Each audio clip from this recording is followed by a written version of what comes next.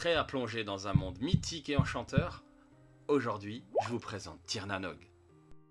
Le but du jeu. Sur 5 manches, chaque joueur construit une saga de 15 cartes réparties en 3 rangées de 5.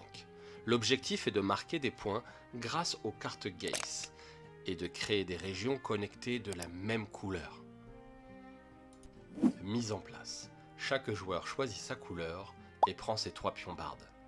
Ensuite, le premier joueur choisit au hasard ses cartes Geis pour chaque rangée. Une pour le haut, une pour le milieu et une pour le bas. Tous les autres joueurs devront ensuite prendre exactement les mêmes cartes Geis que ce joueur.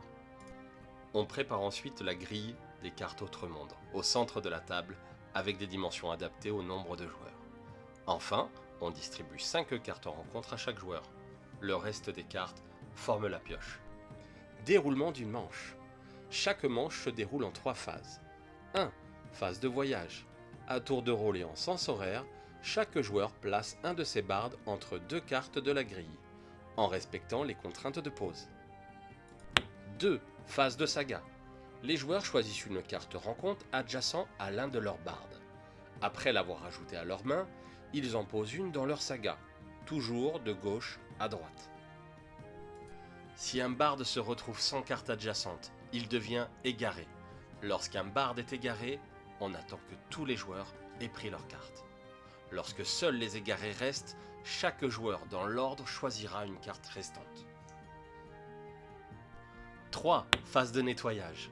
Chaque joueur défausse une carte afin d'ajuster sa main au nombre de manches restantes. Ensuite, on reconstitue la grille centrale. Le pion premier joueur change de main et on débute la manche suivante. Les cartes à effets spéciaux.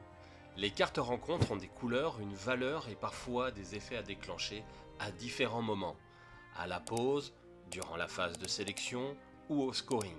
Certains effets permettent de déplacer ou changer des cartes, modifier leur valeur ou leur couleur, influençant la saga. Fin de partie, après 5 manches. Résolvez les effets restant liés au scoring, y compris ceux des cartes rencontres, avec condition de fin de partie. Scoring des cartes Geis. Évaluez chaque rangée une par une, en commençant par la rangée du haut, puis celle du milieu, et enfin celle du bas. Chaque rangée applique le scoring selon la Geis correspondant.